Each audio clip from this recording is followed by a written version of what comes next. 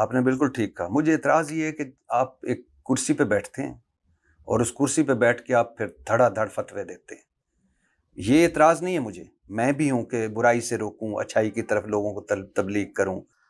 آپ بھری کلاس میں فزکس کے پروفیسر کی غلطی نکالیں نا کہ یہ جو آپ نے وائٹ بورڈ پہ لکھا ہے کتاب اس کو سپورٹ نہیں کرتی، کتاب میں یہ ایکویشن یوں لکھی ہوئی ہے، تو وہ آپ کو کہے گا تھینک یو.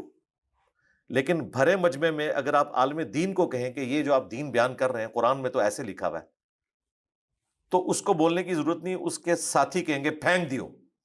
تھینک یو اور پھینک دیو میں فرق، میں آپ والی لینگویج ہی یوز کر رہا ہوں چونکہ میری بھی کافی طبیعت جولی ہے.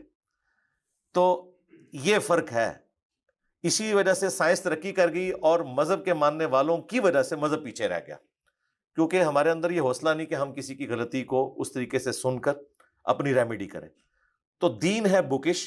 نبی صلی اللہ علیہ وآلہ وسلم نے اپنی وفات سے پہلے امت کو کسی عالم دین کے حوالے نہیں کیا، حالانکہ آپ کے پاس تو خلفائے راشدین موجود تھے، 1.25 کے قریب صحابہ تھے. آپ نے فرمایا اپنے بعد 2 چیزیں چھوڑ کے جا رہا ہوں، اللہ کی کتاب اور اس کے نبی کی سنت.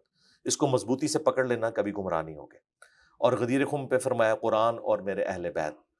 قرآن کو مضبوطی سے پکڑ لینا، کبھی گمراہ نہیں ہوگے. اور میرے اہل بیت کے ساتھ حسن سلوک کرنا، ان کے معاملے میں تمہیں اللہ کا خوف دلاتا ہوں. سر مجھے یہ نہیں اعتراض، آپ نے بالکل ٹھیک کہا. مجھے اعتراض یہ ہے کہ آپ ایک کرسی پہ بیٹھتے ہیں اور اس کرسی پہ بیٹھ کے آپ پھر دھڑا دھڑ فتوے دیتے ہیں.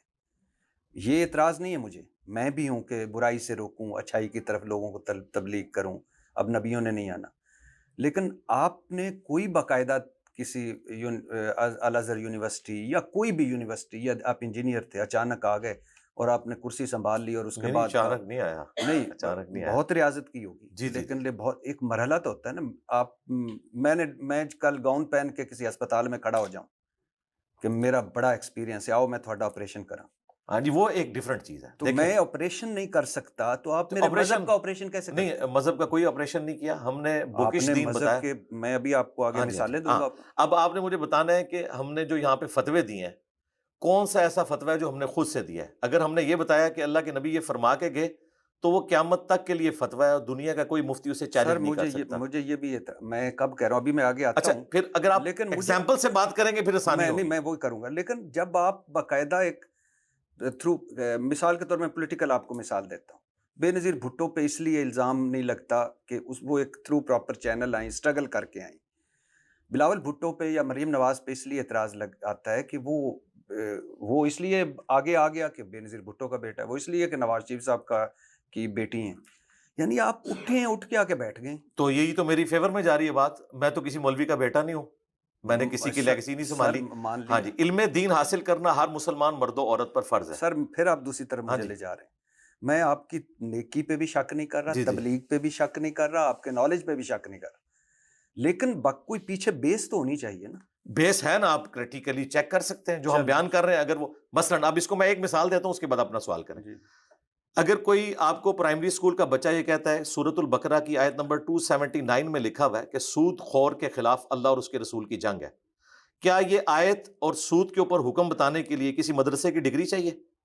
اگر میں آپ کو بالکل مکمل پتہ ہے کہ کس طرح مریض کو بے ہوش کرتے ہیں، کس طرح اس کو یہ مثال لٹاتے میں ہیں. اس لیے غلط دے رہے ہیں نا. نہیں ہاں میں آپ کو بتا رہا ہوں. میں غلط نہیں دے ہاں جی ہاں رہا. جی، اور لیکن آپ نے باقاعدہ کسی میڈیکل کالج میں نہیں گئے، آپ وہ نے غلط ہوگا. وہ MBBS، یہ بھی غلط ہے جو نہ یہ غلط نہیں، میں آپ کو یہ فرق سمجھانے لگا ہوں. اسی لیے میں نے آپ کو بتایا نبی علیہ السلام نے فرمایا میری طرف سے ایک آیت بھی تمہیں آتی ہے نا آگے پہنچاؤ.